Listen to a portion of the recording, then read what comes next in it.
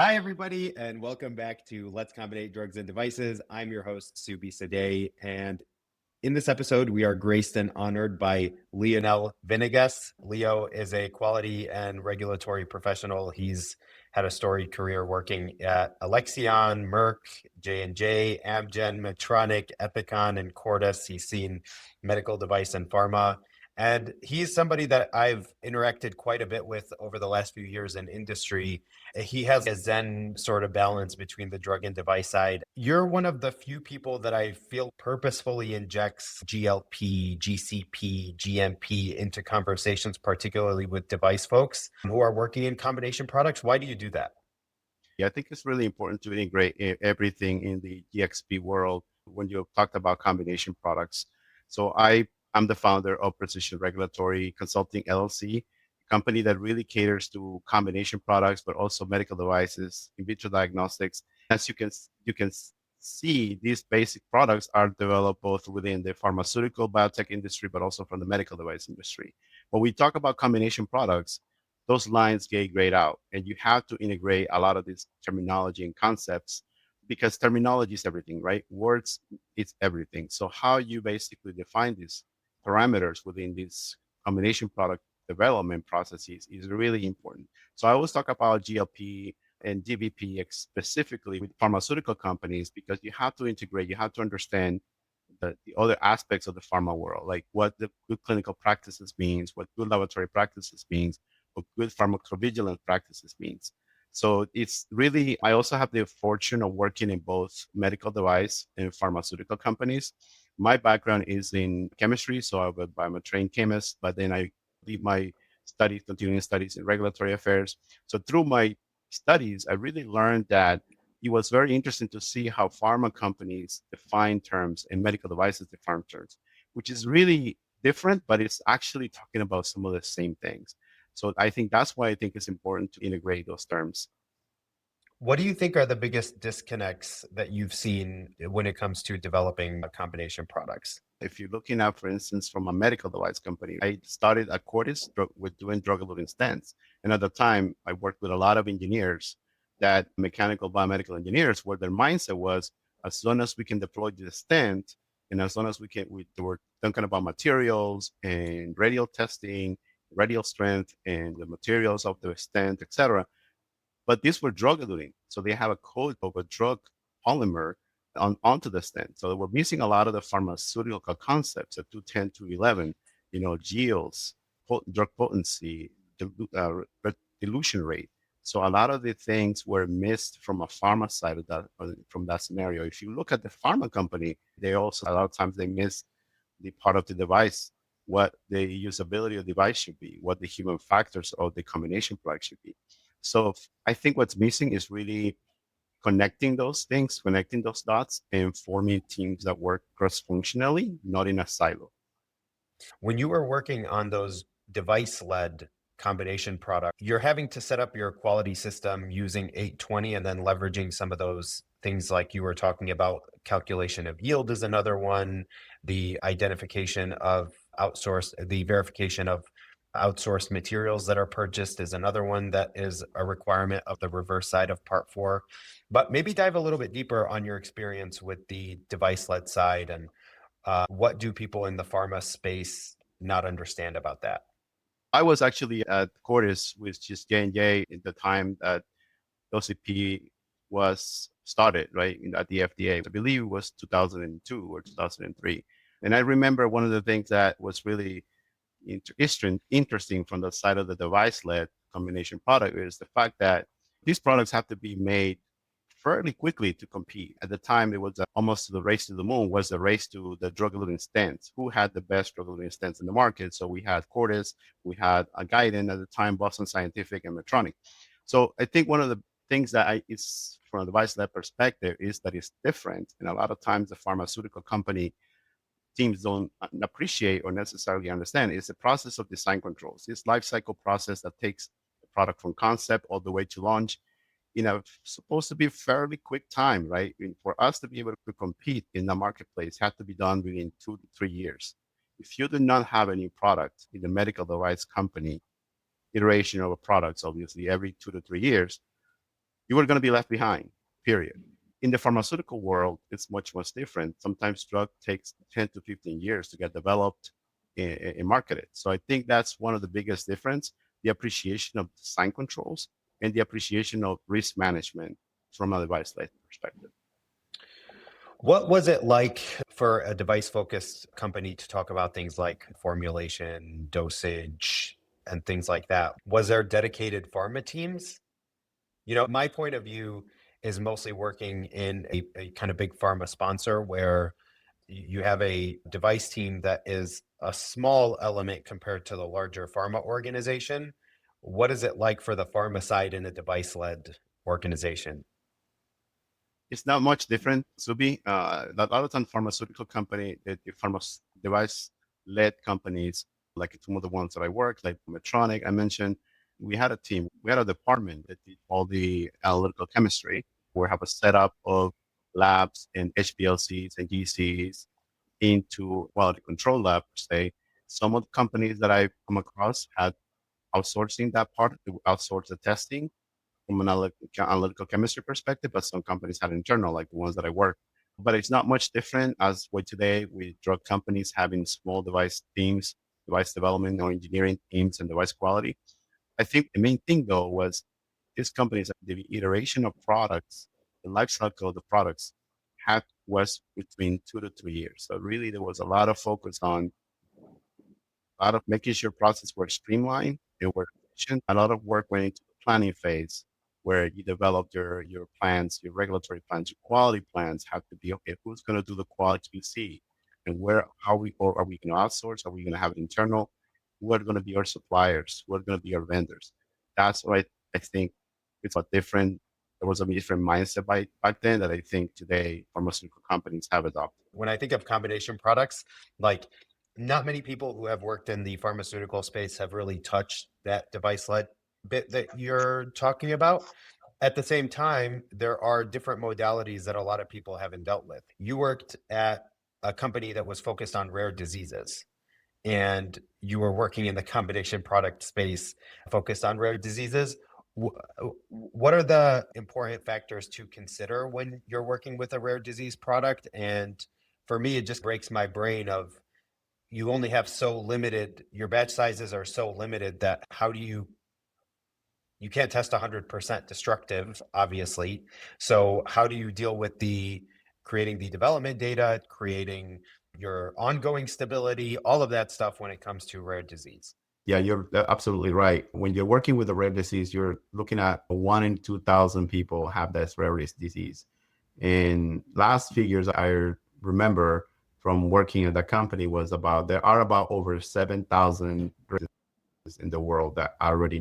Most of these diseases are immunologic or genetic in nature.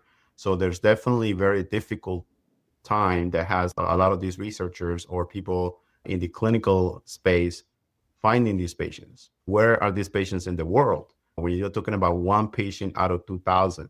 So I think a lot of the considerations is definitely that your sample sizes are going to be much lower in the clinical trial. Whereas you have patients in diabetes or cardiovascular diseases where you can find really thousands in a rare disease. It's not rare to see patients about 100 in the hundreds or less than 100 patients in a phase 3 clinical trial. So it all starts really with that understanding and then framing that regulatory plan or framing that clinical protocol from that perspective. And the regulators, what I found is that they do understand. They do trying to do actual good in the world to treat these rare diseases. So they accommodate those numbers from the get-go. But when it comes to really development of your product, you also have to consider the things that these patients have. If you're looking at one patient out of 2,000, you have to really diligently look for those symptoms of the disease. So working with medical affairs, working with the clinical team is really important from the design control perspective, because you really want to understand how these patients, what do they go through? Do they have dexterity issues? Do they have eyesight issues? Do they have actually problems with moving? And when you're developing a combination product, you have to really understand the human factor side of it, especially for these rare disease patients. And then how does like GMP rigor apply to those kinds of rare disease products? I think the GMP requirements apply the same as any other product that is non-rare disease. It's the GMP broad, general manufacturing practices. So it's really when it comes to GMPs, the only thing I can think of is really the sample size that you do have to test for, whereas you have the luxury, may perhaps in another where you have thousands and thousands of combination products or devices or finished products in the batch.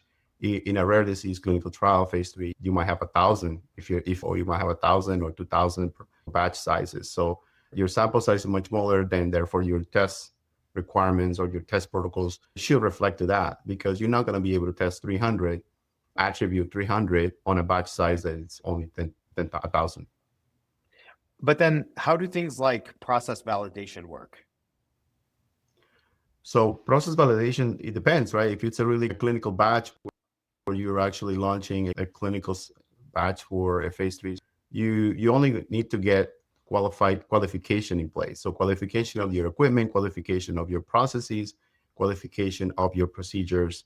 When you launch and you're going into the design transfer phase where you actually transfer that into a manufacturing space, then your process validation have to reflect that as well. Clarify that distinction to the people who don't have the familiarity with maybe the transfer process. Like, what is equipment qualification versus process validation? Correct. Thank you. So validation, in fact, covers the entire gamma of an IQ, OQ, and PQ.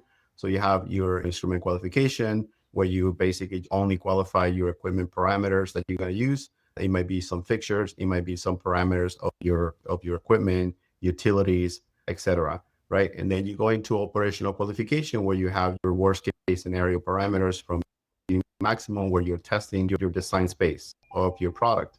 And then you go into performance, actually run the performance test for that process entirely, including with the equipment.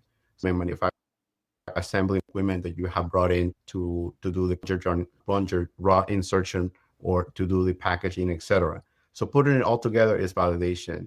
But at the point where you're only doing for a batch of clinical sites, for a clinical batch, you really only need to do the qualification piece, which could be part of it could be definitely the IQ, right? And then you may run some characterization for all operational qualification, OQ. You don't need to definitely run the entire process performance qualification, because of the time you're only doing it on a smaller scale, versus when you're going into manufacturing process where you have to understand your process and your product together.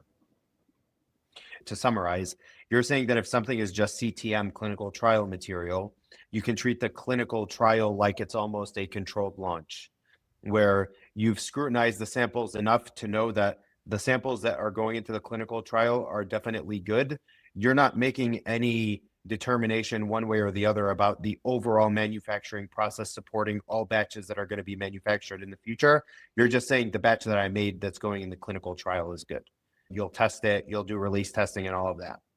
And then there are less requirements when you are actually running a clinical trial and stability. The FDA may require less time points in that. And then when you submission of an IND, in the case of a drug lead, in the case of an IDE, investigational device exemption, the same way. When you are going into a marketing application like a BLA or PMA, that you have to have more data, more stability data, like 12-month data plus, right? So I think that's the same concept applies as long as your stability program is designed for purpose, right? The whole concept about clinical trials monitoring is that your product is at the clinics and it's actually being monitored by healthcare providers, by nurses, by doctors, by investigators, and you have more control of your product in a clinical setting versus when you're actually marketing that product and then sending it to people's homes where there's no healthcare provider, no oversight, and then you are relying on the user to use your product based on your packaging, the IFU. Yeah, it becomes a situation where in the first scenario for clinical trials, everything is under control and it's being administered in a controlled environment under professional oversight. Whereas when you go into commercial, not only is it being, in many cases, administered by the user themselves in an uncontrolled environment like their home, but also it gets a lot more hand touches where you may get importers and distributors and third-party logistics and specialty pharmacies, where it just goes through many so many more funnels before it gets to the user. The device and drug clinical trial, say, clearance process is different. Could you talk through the differences in approaches and maybe just focus on the IDE in particular? Because the people who work in pharma, the people who work in drug-led combination products, they have a lot of familiarity with INDs, because even if you're doing something like a basic human factors study, you have to reference an IND, you have to have an institutional review board give you the clearance and all of that stuff. But maybe talk about the differences and dive into IDE specifically. When you refer to IDE in medical devices, you're talking about the investigational device exemption process, and it's a key regulatory mechanism under the US FDA to allow a medical device or a device-led combination product to be used in a clinical study. And the whole point is collecting safety and effectiveness data before making a pre-market authorization application, in this case, a PMA. So I think for the IDE perspective is really, when you submit the IDE, you grant the FDA, the Center for Device and Radiological Health, CDRH, under 21 CFR Part 812, that really looks at your application and it lets you know, typically within 30 days, that whether your device is clear or approved to use in an investigational manner. What are the things that you need to be able to successfully submit an IDE? Yeah, there are some components. The main components of an IDE, you do have to have an investigational protocol. You have to have a cover letter summarizing what your device is, what is intended use of the device, and the labeling information.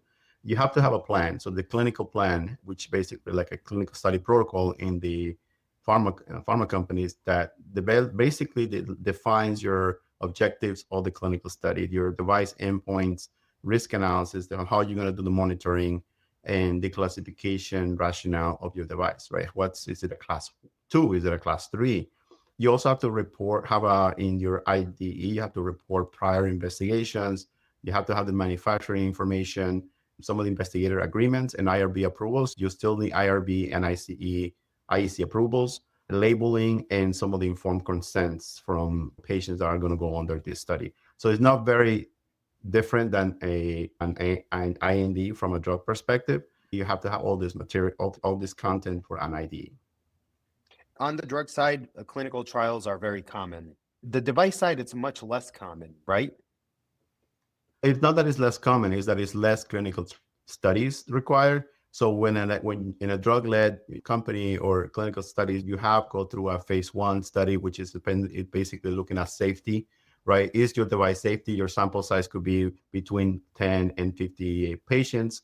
And you're really looking at safety. In the phase 2, you're looking at safety and effectiveness. Sample size increases maybe 100 to 500. And then in the phase 3s, the study stage, you're actually looking at maybe more than 500 to 5,000 patients. And now you're looking at mostly if your product efficacious, safe and efficacious, right? In a device clinical study, it's typically done in one clinical study, and then you're actually looking for safety and effectiveness of your device. So some companies actually have maybe 2, but in most of your device clinical studies are done on a one-shot perspective. And that's really one of the main differences, right? And they can really run much quicker than a drug-led clinical study, where a phase 3 in a pharma company may be 2 to 3 years or even more, right? In a device, it could be less than 6 months, 6 months to 18 months. You've seen some of the discussions that have happened around EDDO, switching gears here a little bit. What, in your work with your clients, what are you seeing there and how are you handling those? On the topic of EDDO, and I gave a presentation on this last year in September at Injectables Conference. And then one of the biggest things and questions that I really got my attention is the fact that obviously I based my presentation on the new EDDO guidance from the FDA that had recently come out the month before that or 2 months before that. And I think it really, for me, the big eye opener is how can I help companies develop an EDDO plan that is really reducing the cost of quality. So I always talk about this because I have my background in Lean Six Sigma. As a black belt, I always try to convey to people and people in leadership roles because of quality, right? What are the prevention costs? What are the appraisal costs? What's eating your budget in when you talk about testing? And a lot of times these combination products, most of the time, I would say 80% of the time or more, companies don't have the infrastructure or the testing capability of the apps or the upskill from their staff to be able to test this in-house. So they have to rely on outsourced companies to come in and do this testing. And it gets really expensive when you're talking about tests for injectables, especially prefill syringe, auto injector, pen injectors.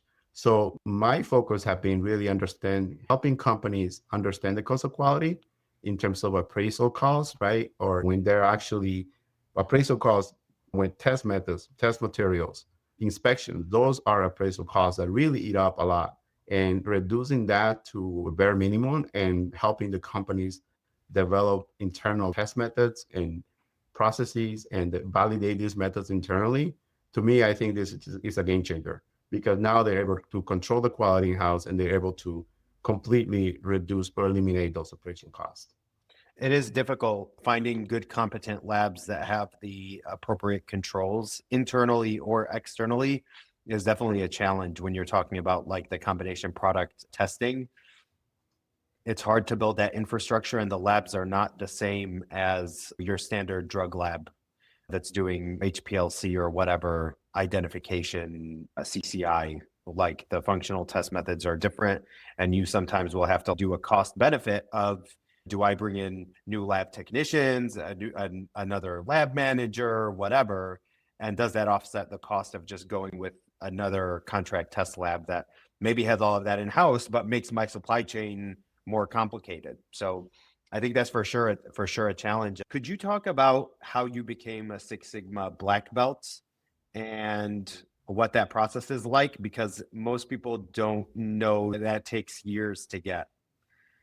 I really became a Dutch disciple. I don't consider myself a true like a super expert in Lean Six Sigma, right? Because you have to almost be doing that every single project. You have to apply these tools.